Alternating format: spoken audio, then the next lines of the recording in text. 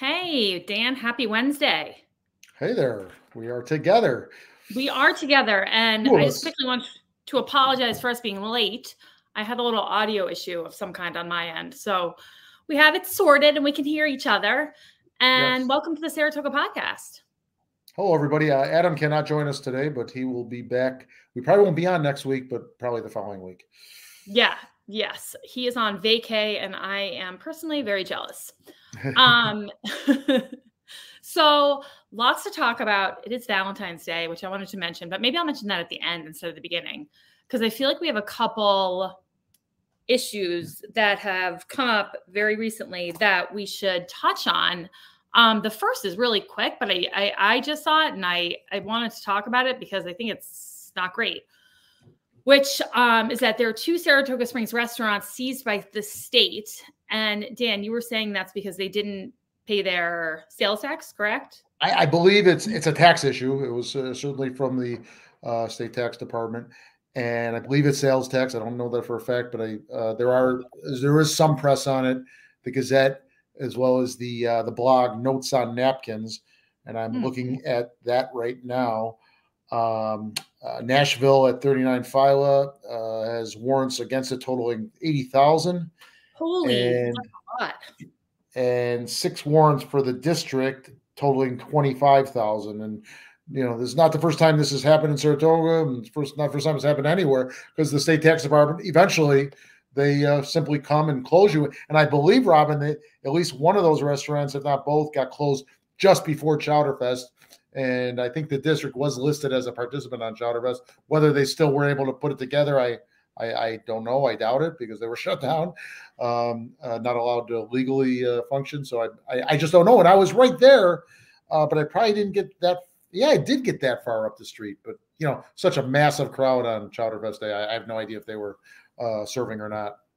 Well, this is what obviously I find problematic about it. I'm already concerned, as you know, we've talked about this, about the vacancies we've had already, Sperry's, which hopefully is still under contract, but Sperry's being closed for so long, the vacant lot. Gaffney's is basically, by the way, I did speak to Gaffney's because we had talked about it, I think 2 podcasts ago, about what was going on there.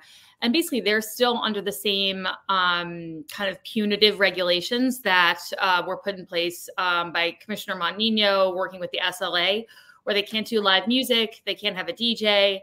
And I think it's really impacted their ability to be open. They were open on Chowderfest, although apparently they weren't allowed to participate in Chowderfest. I don't know why, but they had chowder anyway, and there were people there. I did pop in. It was like packed, like bananas packed. But I just had the music was like the piped in like music that you have in like retail places. You know what I mean? Like there were like commercials in it. And I was like, but so I was very happy for them to have, so much business, but I was like, God damn, the music was like killing me. I was like, God, it was such a bummer. You're like really missing that, live fun music. But I don't, and this is just my opinion. I don't know how much longer they're going to be able to hold on to that property. This is just, again, my speculation, given the restrictions that continue to be in place. And so then hearing, the district and Nashville are probably not operational at the moment. And especially Nashville, such a big presence on Phyla Street, $80,000 is a lot of money. I mean, this all gives me great concern.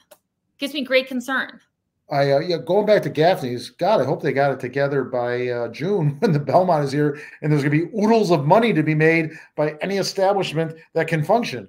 So they really got to get together. I know, and I don't know. I mean, I'm sure they are.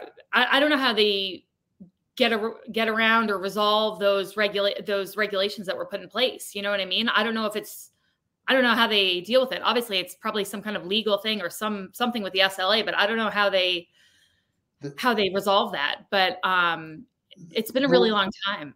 There were 2 issues, or at least joint, right? Because the city had involvement with that, and they had their own issues with Gaffney's, I believe, right? And then the SLA, which can be really difficult to deal with. I don't know if this is a lack of getting it done at the Gaffney's end. SLA gave them requirements. You meet them.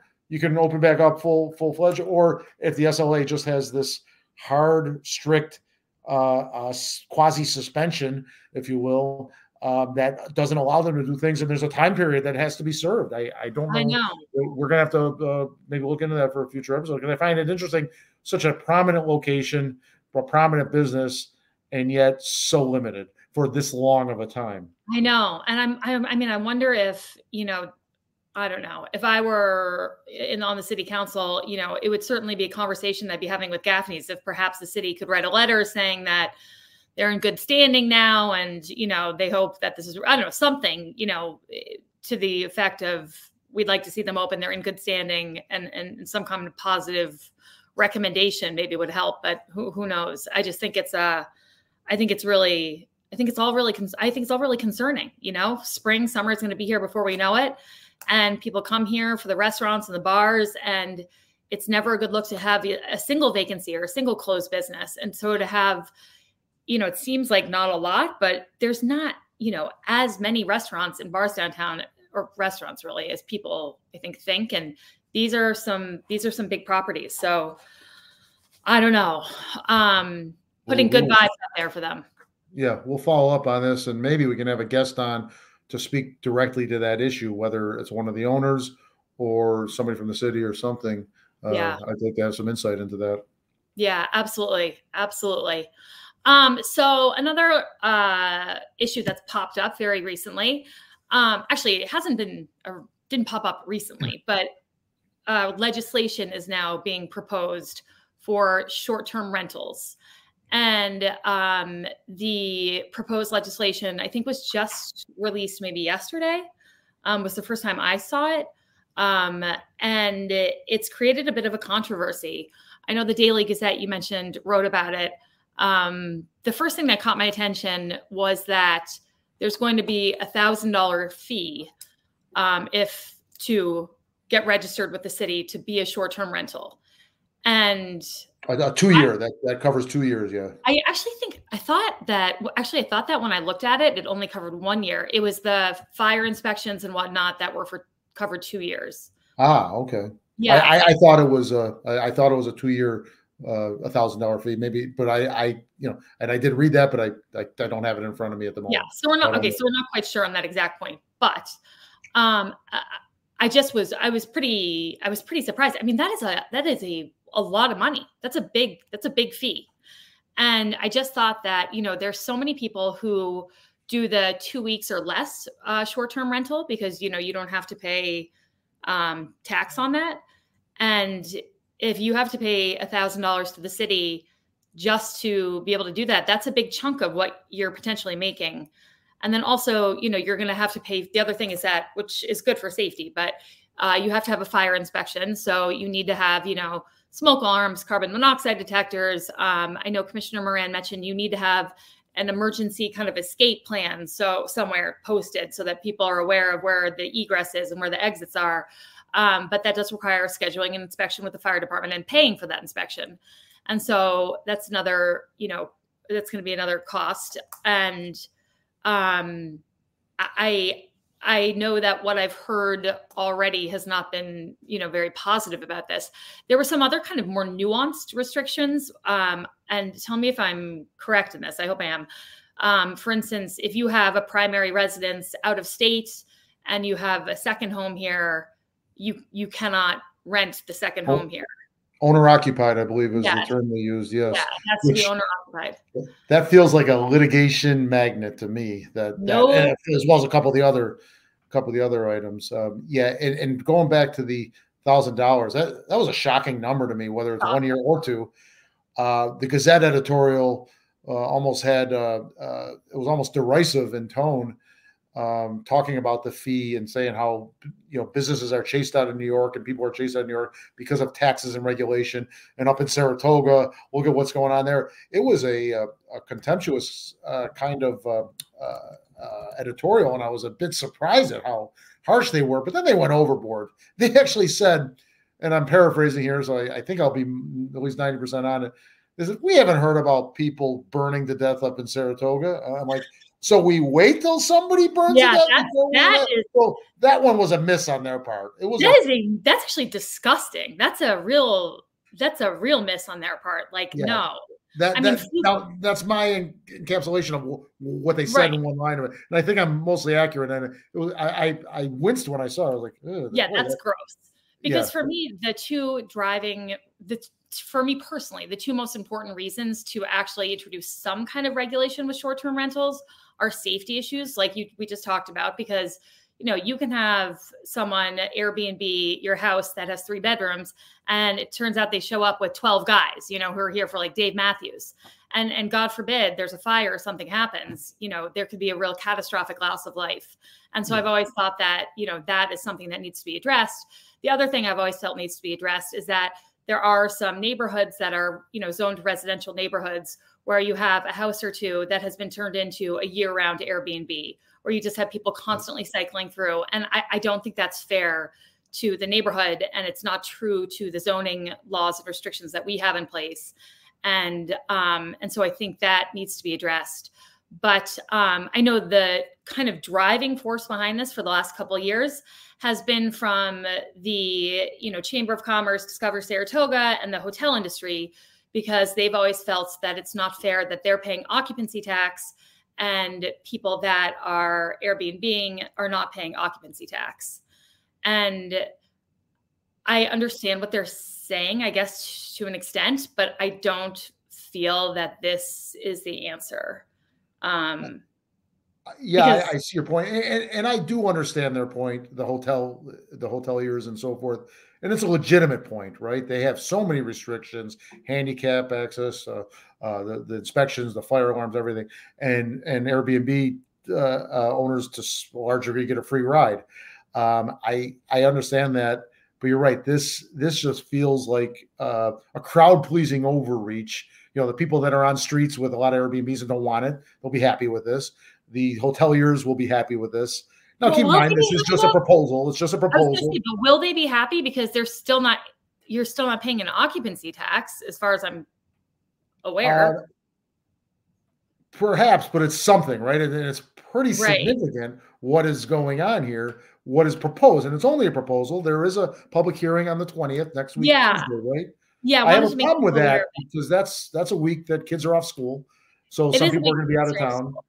But I will say there is next Tuesday at 6 p.m., Commissioner Moran's having a hearing or meeting. I forget which one, hearing, meeting, whatever. Yeah, it's a public hearing. It's a public hearing. So he's going to present for about 15 minutes, and then he's allowing for about 45 minutes for people to come and express their opinions about this. So if you have an opinion, positive or negative, I would encourage people to go next Tuesday if they're in town. And, maybe this is something he's been pretty, it sounds at least like he's open to letting this hearing, not voting maybe next week and allowing for some time for this to be tweaked and get some public opinion and feedback and hopefully tweak it a bit. Okay, we've got Moving Saratoga Forward commenting like dramatically here. Hold on, let me just put this up. Who broke the story? We did. Okay, you go. That is true. Who broke the story? He also says the legislation doesn't, or I don't know who's actually writing this, but Moving Saratoga Forward is saying the legislation doesn't impact the collection of occupancy tax. So that doesn't actually address the main kind of gripe that the hotels have had. The state has to change the law for that to happen. Okay. And it's protectionism for the hotel industry. Okay. So I think the point that he's making is that this will make it probably less people will Airbnb if they have to pay this $1,000 fee to register with the city, thus pushing more people into hotels because the inventory for Airbnbs will be smaller. Right? Yeah. Conceivably, certainly. Yeah. Also a money grab by the city, by the way. Huge money grab. Yeah. Huge. And then the last thing I also thought that I had read was that and I know there are a lot of people that do this, if you rent from September to June for Skidmore students or any family that's here for the school year, and then you want to rent again in the summer, you wouldn't be allowed to do that, to rent again in the summer. Okay. Yeah, it reminds me, Robin, you mentioned another tone deaf thing about the Gazette editorial was Saratoga have been renting to track goers for decades. Why all of a sudden? Because the issue is expanding. The issue is when we have well over 1,000 units in town with Airbnb, and maybe it's been that way for a while, but it's going up, and especially with the Belmont, right? Holy cow, the money you could make. By the way, we don't replace with the Belmont. There's actually really no way to know how many short-term rentals are available, because there's, I mean, you can like look, you could do like a search on Airbnb, you could kind of like guesstimate, but a lot of times people do list things multiple times.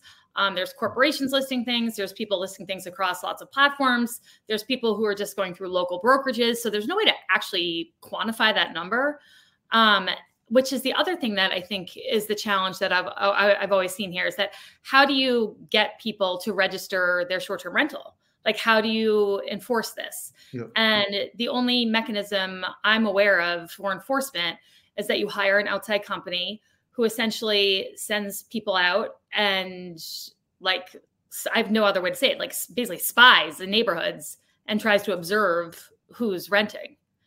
And I find that, I mean, maybe there's a different approach that I'm unaware of, but that was truly the only way that I found when I was looking into this on the city council, that you could regulate and make sure people are registering their short-term rental.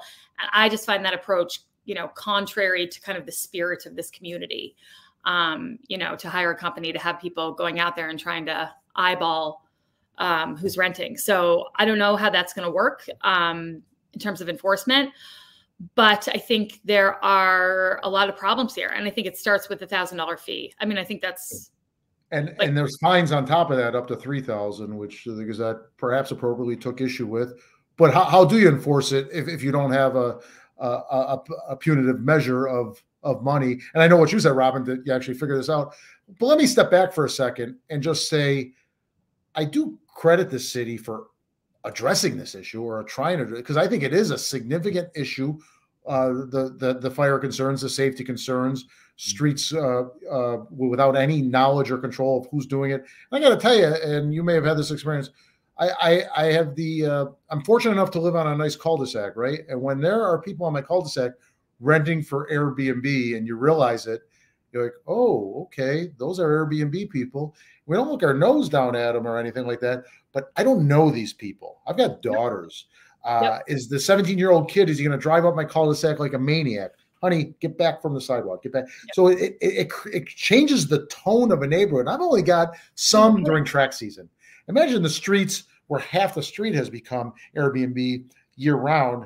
I can feel for these people. So good for the city for addressing it, but damn it, don't do the Van Damme effect. It's a term I just coined. A term I just coined by just cavalierly taking action that you're only going to have to undo because you're getting sued or having state agencies say you can't do that. So credit for getting it started. Now, it's only proposed, so we're not there yet. But this feels like an overreach and with some holes in it at this stage. I do think we should, by the way, give specific credit to Commissioner Moran, because this really has been his project. And he has had, I know, 4 public hearings that were just like community meetings to hear people's input and opinions. And so he has taken some significant time and effort to go out and solicit opinions. And then he did put together this piece of legislation. And so he has been the driving force behind it. So I do think credit should be given to him for pushing this forward and addressing it, even if I may disagree with how it's being addressed. I, as you know, live on Lower Caroline Street, and the house right behind us, it's huge. And I think it's like a 10-bedroom house. It's enormous. And they Airbnb, you know, pretty much all year, but heavily, obviously, from like May to September. And the owner of the house is wonderful, and he's a great neighbor to us. But, you know, we've had, I can't even tell you how many times there have been, you know, 20 kids setting fireworks off at 4 a.m, literally outside my bedroom window. Or, I mean, it can get really crazy, and it does change, you know, the feel of the neighborhood a bit. Luckily, in my situation, our neighbor is he's just great. He's very communicative, and he's always addressed any issues, and he works really hard to keep things in check there. But yeah, no, it can really change your experience in terms of where you live. So I do think it needs to be addressed, but I just think this is a little crazy. I mean, there was some comparisons to other areas that have registration fees for short-term rentals, and none of them even approached $1,000. I mean, it was like 100, 150, 200 maybe, but this just seems crazy. I think it's also the same fee that like you have to pay to do outdoor dining, I want to say, is also like $1,000. And I was thinking about it, I'm just like, you know, for restaurants who have the outdoor dining, they're able to make so much more money for months and months and months and months by expanding, you know, into the sidewalks and the areas around the restaurants. So $1,000 fee, you know, you can make sense. But here, I just think it's very prohibitive, very prohibitive. It seems. I said there should be maybe another public hearing, and maybe that second public hearing should be by Zoom, because you still have people down in Florida that own property here. So give the people that own property here, pay taxes, but are currently out of state and will be out of state until May, a chance to talk. So maybe there should be a second virtual hearing as well. I also did reach out to Commissioner Moran, and he is going to come on the podcast to talk about this when he's available. So that's great. And I really appreciate that. And I appreciate his willingness to have, you know, the conversation, even though we may be critical. I appreciate his willingness to have the discussion and come on and hopefully explain it a little bit more. The other thing that he is actually doing that I wanted to mention real quick is he is addressing the assessments, property assessments. And he's not doing like a full reassessment, but essentially he has a company that is going to be basically comparing what's on the tax rolls to what is happening in real life. So looking at properties to see if perhaps they've put an addition on and not gotten the permits from the city to do so. And so the city's unaware. And so, you know, the size of their house has increased, but the property tax that they're paying has not increased because the city was unaware of what they've done to the property. And so, or, you know, just basically looking at any discrepancies between what are on the tax rolls and what is happening in actuality to, sorry, I got to turn my do not disturb on, I'm getting texts, such that the assessment rolls and the tax rolls can be brought up to reflect what's actually happening in the community.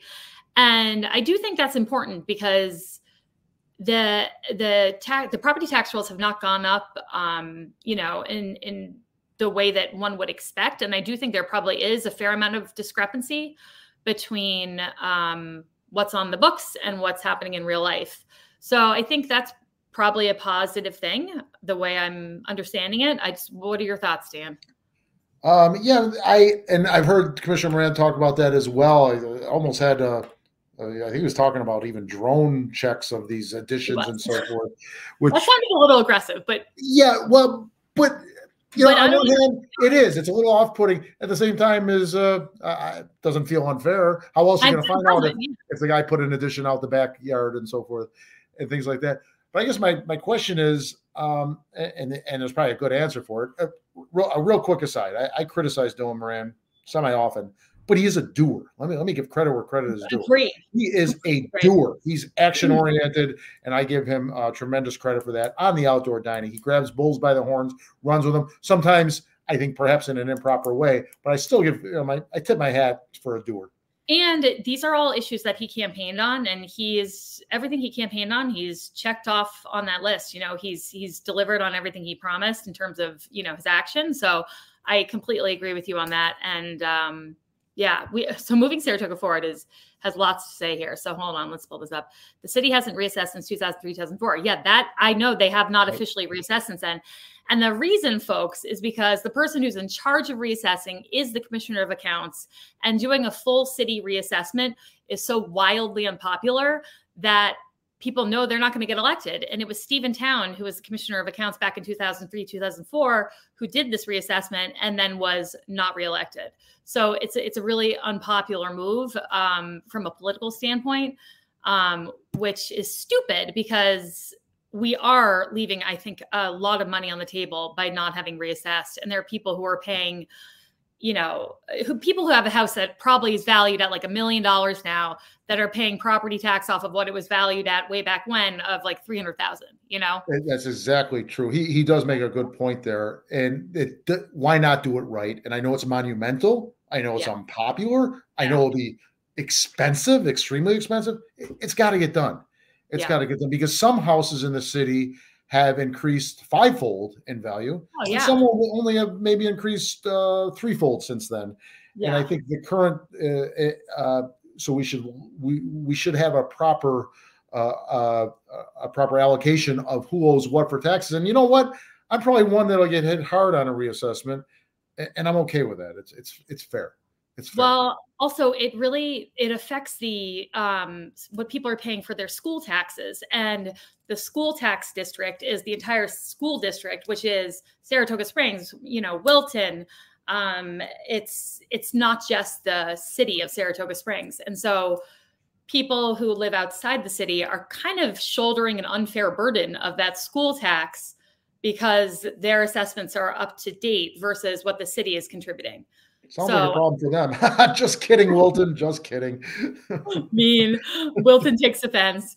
Moving Saratoga Forward also says, if you fly a drone over my property, I'm shooting it down. I will not be flying a drone over your property anytime. I don't know who you are or where your property is, so that also helps. I also am terrified of guns, so let's not do that. Although I'm seeing here maybe other commenters, feel free to join in. Moving Saratoga Forward has several comments here. We usually have some more. Dina, where are you today?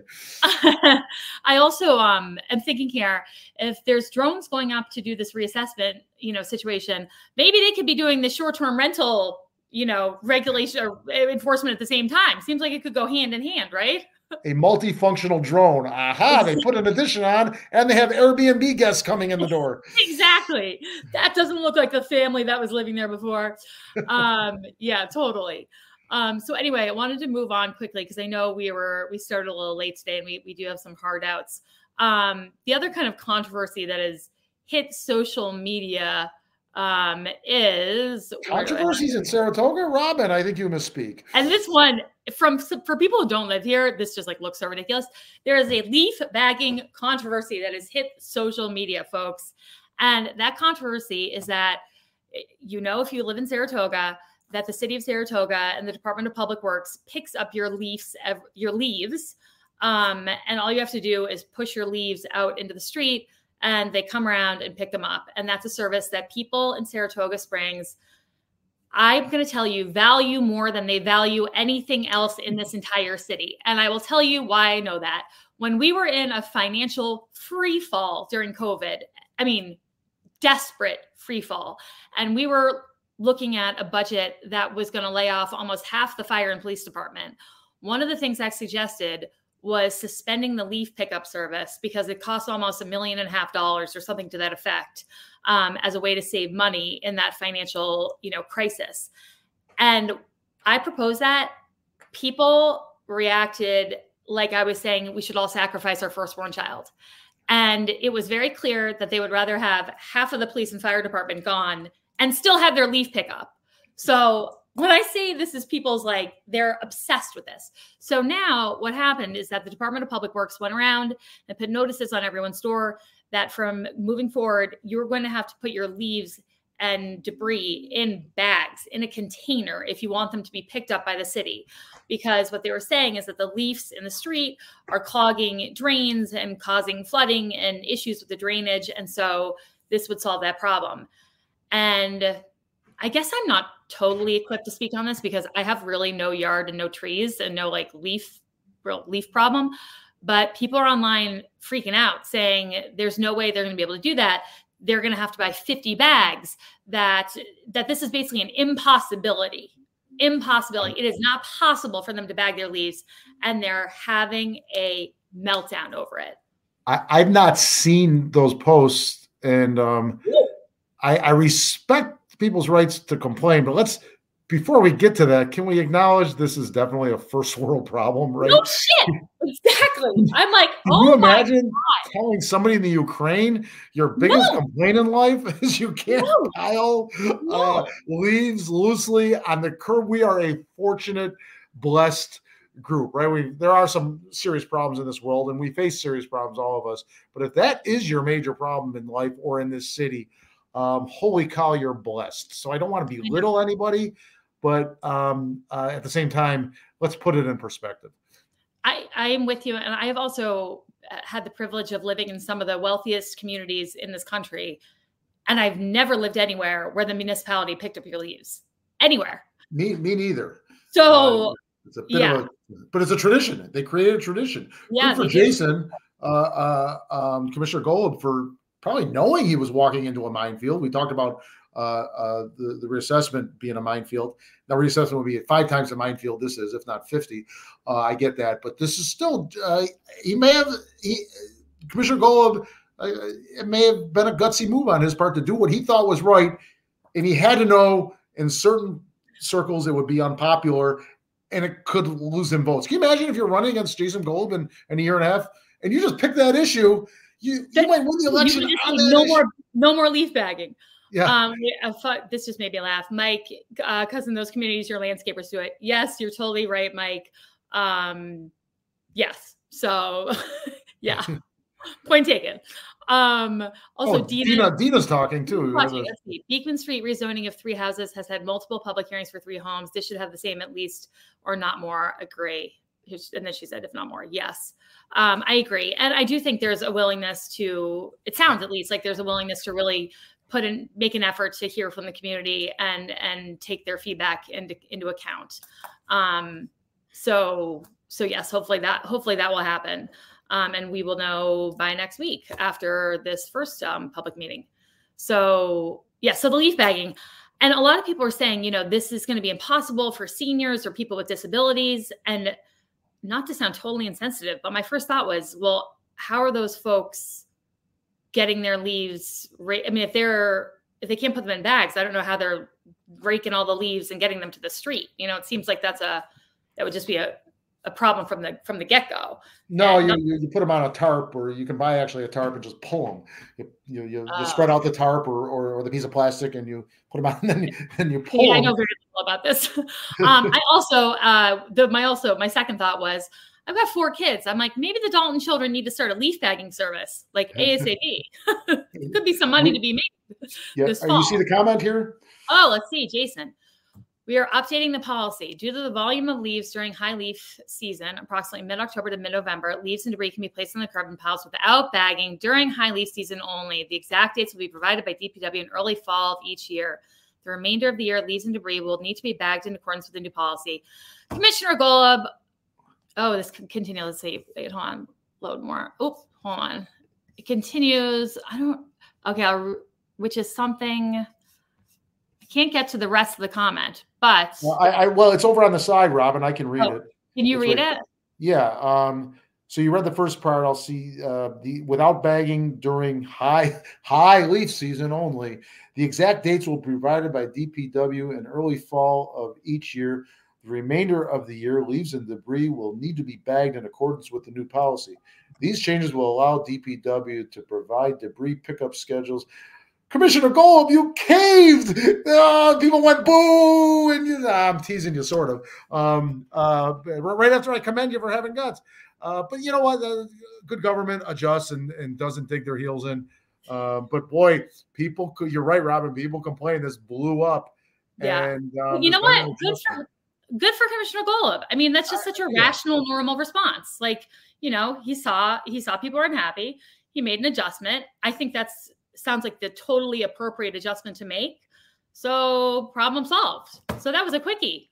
Controversy started, controversy over. Well done, Commissioner Golub. A+. Because I really do think what they were saying about the leaves getting in all the drains and creating flooding issues, that is a legit problem, especially in communities that have this kind of systemic flooding issue like Geyser Crest, which is a whole other subject. Oh, yes, you have to listen to the community and adjust. This is why you make an excellent politician, Commissioner Golub. Excellent. So rational. Just, you got to love it. Now, that same approach has to be done on short-term rentals. Yes. Listen, that hearing is going to be spirited next week. And any subsequent ones. And appropriately so. But at the same time, I don't want them to go so far the other way that they're very weak. There does need to be the appropriate level. Shame on the state of New York for not handling this statewide short-term. Well, they are. But they should have. This should have been happened. This should have happened 3-4 years ago. Although, I mean, my God, I hearing myself say that I want the state to regulate something else is actually feels very counterintuitive. I'm like, True, but uniformity would be a good thing here. Yes. Not letting cities and municipalities just go out on their own and trial and error. Although, so then there's something to be. So I'm going to play devil's advocate here for a minute. Commissioner Moran brought this up, and he did say, like, if you had a choice over having the state regulate how Saratoga Springs does their short-term rentals, or you could have local control. I mean, I would prefer to have local control because we do have such a unique situation in Saratoga Springs with our history of rentals with the track. That I think that we are very, very different than many other places in New York, in New York State, So if I was picking, I would prefer to have local control. I would just prefer to have that local control be different than what's being proposed, I guess. Okay. Well, at least some guidance or something from the state.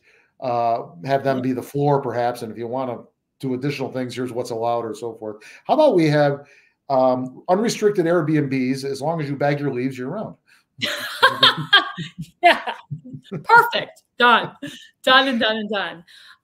Listen, I know you had an out at 1:00, Dan, and I know it wasn't a hard out, but we can wind down. And boy, this is a robust schedule for an off meeting week, right? I know. A robust agenda, I should say. Yeah. 2 quick comments. I had like an hour and a half without kids this past Saturday. And so I did go down to Chowder Fest. And I got to tell you that the weather and everything, it has never been more crowded ever that I can recall. Every single bar and restaurant. I mean, the bars were 10 people deep. It was bananas. In Gaffney's, I've never felt older in my entire life. I was like, I'm the mother here and I'm only looking at like children. I mean, it was like, it was a very young crowd. It was tons of people who are clearly not from here having a great time. But I have to give everybody credit because the police department did an awesome job. God, Officer Barrett was on the horse. He was on the mounted patrol. And I'm like, is there anything this man cannot do? He is the SRO in our high school.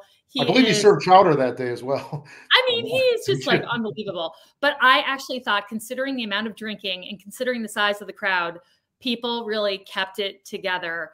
And it was impressive. I got worried seeing the crowd, knowing that as it got later in the day and the alcohol kept flowing, bad things could happen. It could just be a car accident, right? A bad car accident. Yeah. But unfortunately, because I had my kids down there and I knew enough to go early. And I'm like, so you're the guy with the kids. I'm just kidding. No, they had face painting at the city center too. So there is a kid-friendly element to it. And my daughters were not into seafood chowder of any sort. Right. And I know there's some non-seafood chowders, but probably 80% of them were seafood. So I took them to places like Saratoga Candy, Magic Moon.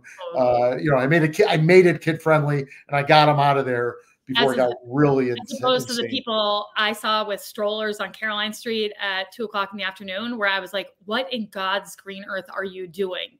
This is not the moment to bring your kids to Caroline Street. I will say also, exactly. I think that downpour at 3:00 really helped. Like nature, did a solid because the event was ending at 4:00 and at like 3:15, the skies opened and it downpoured. And I was like, this is actually perfect timing because people got to wrap it up. So a friend of mine was sitting at Chianti and he just saw droves of people coming off Broadway back to their cars. No, I was watching. So I was inside Gaffney's standing, watching the patio, which was packed. And, I don't think anybody knew there was going to be this huge downpour.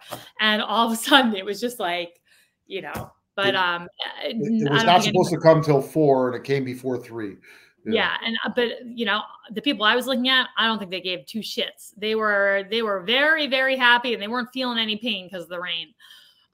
So yeah, I just wanted to give, shout out to people for keeping their drunkenness in check on Saturday, having a good time. And I'm so happy it went off without a hitch.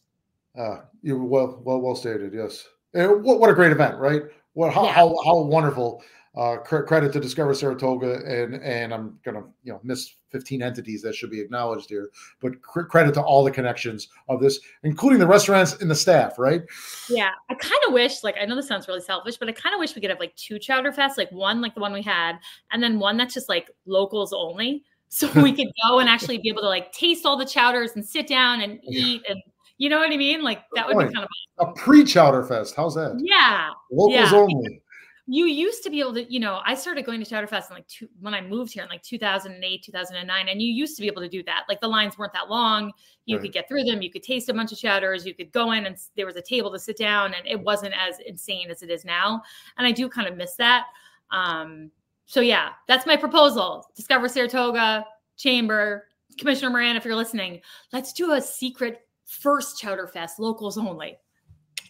I like that. My proposal would be to have all the outlying restaurants, and I know there's a reason not to do this. There's some good reasons to get people to the outlying restaurants on Saratoga Lake and Malta and so forth. But I'd almost like to have it all concentrated downtown. And some restaurants do choose to set up a location downtown as opposed to being at their outlying location. And again, I recognize there's two reasons. There's reasons why but I'd like to see because I'll tell you why. There's some are serving 4,000 bowls and some are serving 500 bowls, yet the lines are intimidatingly long. And I know they move quickly, but they were long. Holy cow. But I mean, like I was walking home and I walked by Clancy's, and Griffin Clancy was outside and he was, putting everything away. And I think he told me they served 1,900 things of chowder from Clancy's, which doesn't usually serve food. And so I was like, damn, I mean, it's a lot of chowder. Yeah, yeah, exactly. And that's only half of what Druthers served, which was over 4,000. And my point in bringing everybody downtown is maybe it wouldn't work as I see it, but there'd be that many more options to choose from in that concentrated area. Therefore, the lines would be less, I would think, not as long. But I do think it just, it provides so many of these restaurants who are really kind of like dead in January, February, an opportunity to make a little money and get people in and have like a big money day. And so in my opinion, I'm like, whoever wants to do it, serve your chowder, you're in, because let's give everybody, a good day in the black in February when it's usually, cold, gray, miserable, and people are not going out to bars and restaurants on Saturday. So yeah, hooray for Chowder Fest. Anyway, anything else? What do you got, Dan? Anything else before we go? I didn't plan a cheer or jeer, but I do have something in place of that real quick. And again, another first world problem if there ever was one. So I'm going to complain a little bit, whiny complaint. But holy cow, because I own that much of a racehorse, I had one day advanced access to credit to NYRA for allowing the owners and so forth to get reserve seating at the Belmont a day ahead of time. And I got 2 reserve seats in the grandstand, section Q, I think. And take a guess how much each seat was for the grandstand seating during the Belmont. I don't even want to get for both of them. I had to pay $420, which included $50 in fees. I'm more bothered about $50 in fees than I am because $185 a seat. I'd pay that for an NFL game and not think twice. What is it, Ticketmaster? Did you have to go through Ticketmaster? Because sounds like a Ticketmaster fee. Yeah. They hit me with 2 fees for just under $50. And that bothered me more than anything. But it was a bit of a shock. Again, this is a major event, a historical event. So I'm not complaining, so to speak. I'm just sharing with friends the shell shock I had at holy cow. That's a lot of money. You can totally complain because here's the thing. One, the beauty of the Saratoga Springs Racecourse is that people of any socioeconomic level can go and enjoy it, right? Like that's one of the real appeal to the race here. You can go, you can bring your own beer, you can sit at a picnic table, you only pay a couple dollars admission. And so it's really open to everybody, which is something that I've always loved about it. Not so for the Belmont. So for the Belmont. It is wicked expensive. And we are not talking about an organization that is suffering for money. I'm going to curse people. They're greedy fucks. Sorry, they are. I'm going to dial back from there, Rob. I'm not there with you. I just wanted to express a holy cow moment. I'm compromised because I've got some relationship with NYRA, so I'm not going to go as far as you. I wish it was more affordable. I'll say that. Right. But I mean, I'm going to waffle here on you. It's a game that we're talking about, essentially a casino. It's a gambling enterprise. They make a ton of money from just wagering. And so I don't know why they need freaking $50 in fees like you're talking about. That just seems absurd, as do the ticket prices, and not being able to bring in your own alcohol, having to buy, because didn't you have to buy it for all 4 days? Or like, can you, I thought you. There's some packages available. I was able to buy my reserve seats just for Belmont Day. The general public can go tomorrow for general admission seats, I believe. I don't know if they have reserved seating options tomorrow. But yeah, there were packages that were just unseemly amount of money, but I know people that paid it, so they're getting it. So the market is dictating the price. Well, I mean, NYRA dictated the price, but the market is following suit, and largely, I bet you it'll be sold out in no time. Everything will be sold out. In fact, I had trouble on Ticketmaster today getting seats. I had to click about 6 times. I'm not even sure if I wanted to spend the money, but once it flashed and said, these seats are no longer available, I turned into a crazy 14-year-old trying to get into a concert. I gotta have these seats that I can't have. So that's why we were late for the podcast today. What's that? I said, so that's why we were late for the podcast today. Yes. And I'm assuming, by the way, that other ticket is for me, right? You can discuss that with my wife. No. I could sell these though. I could, if I could, and I won't sell them, but I could probably make a nifty profit.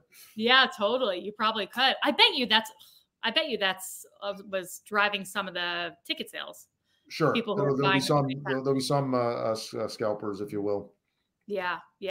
Well, I will be watching from my TV, or I don't know where I'll be. I'll be perfectly happy. Perfectly happy. Can you hear the crowd from your house? No. Cheer? Not at all. Not at all. I bet you when Rachel Alexandra in 2009 hit that turn at the top of the stretch, that crowd was so loud. I bet you easily could have heard that at your house. You know what was so I don't know a lot about horse racing, so forgive my ignorance, but it was when the Triple Crown winner was then running in Saratoga Springs. I want to say American Pharoah. Yeah, American Pharoah. So I was there for that. And holy cow, when the race began to end and people realized that American Pharoah wasn't going to win, the excitement in the air turned. And I was like, I'm getting the hell out of here. I mean, people were not happy at all. And I was like, run. Yeah, but it's going to be wild. I mean, I think it's great in general that the Belmont's going to be here, and it sounds like it's going to be here next year too.